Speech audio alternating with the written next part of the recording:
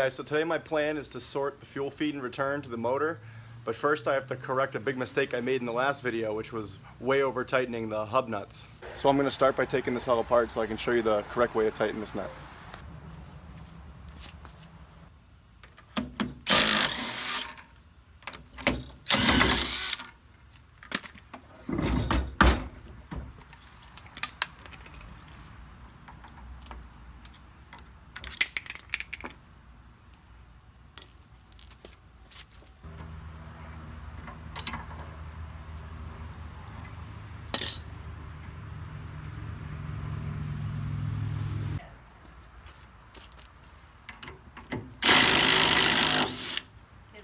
So the correct way to actually tighten this axle nut is to take a torque wrench and apply roughly 20 to 25 foot-pounds of torque.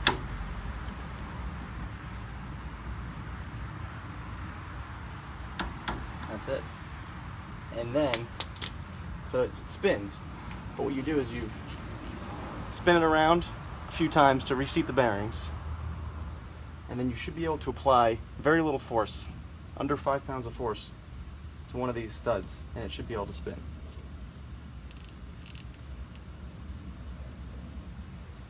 And if it takes a little more force than that, you back off the nut slightly. Yeah, that's where it should be.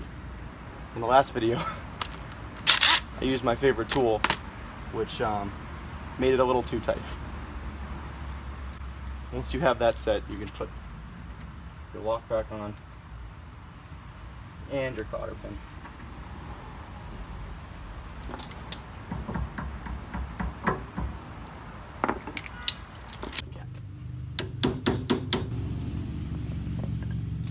So while I'm at this, I'm actually going to install the new rotors that I have.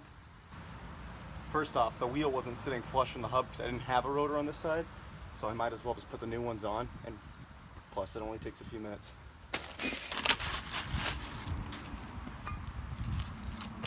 Pretty.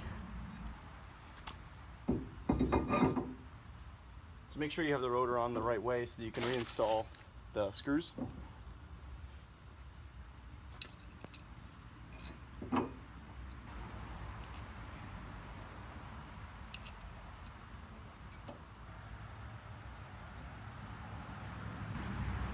Now I'm just going to throw the wheel on and then I'm going to do the other side.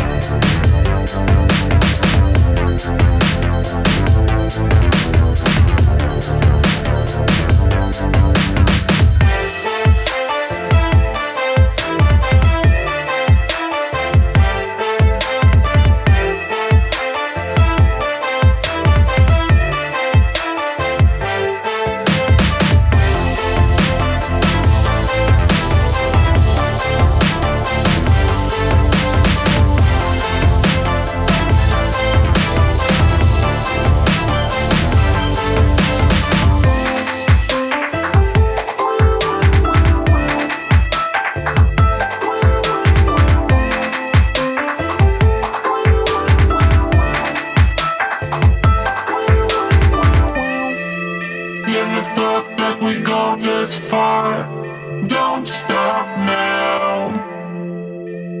Reaching for a distant star.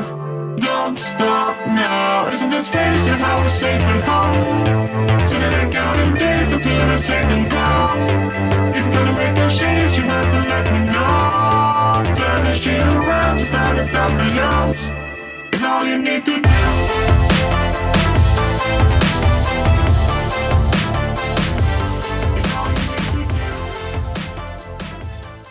All that's sorted, we can finally take a look at the fuel lines.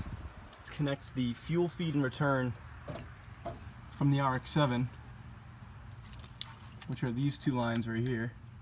these two hard lines, to the feed and return line from the 1J.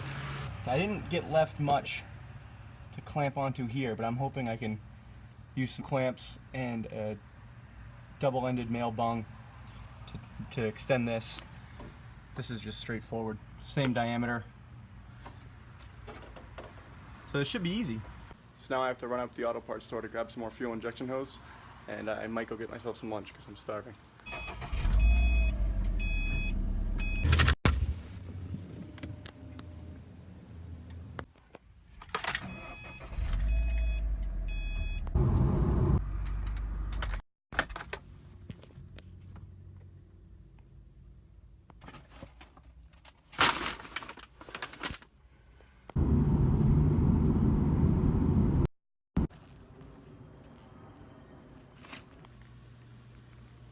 When you're working with pressurized fuel line, that you get fuel injection hose and these fuel injection specific hose clamps. It's very important that you get these clamps.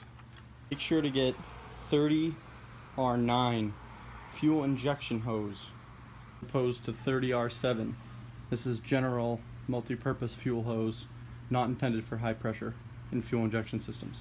These are a couple fittings I had laying around with a small barb to adapt the engine to the chassis for the return line. So here you can see my finished lines. I have the fuel feed, the high pressure hose, and the fuel injection clamps on both ends, and then the return line I have adapted the 5/16 hose from the 1J coming out of the regulator to the 3/16 hose for the RX7. Now I'm just going to tidy this up and that should be all set to go. Thank you guys so much for watching this video. Not super eventful, but progress was definitely made. Hopefully the next episode we'll be putting this transmission in the car. See you then.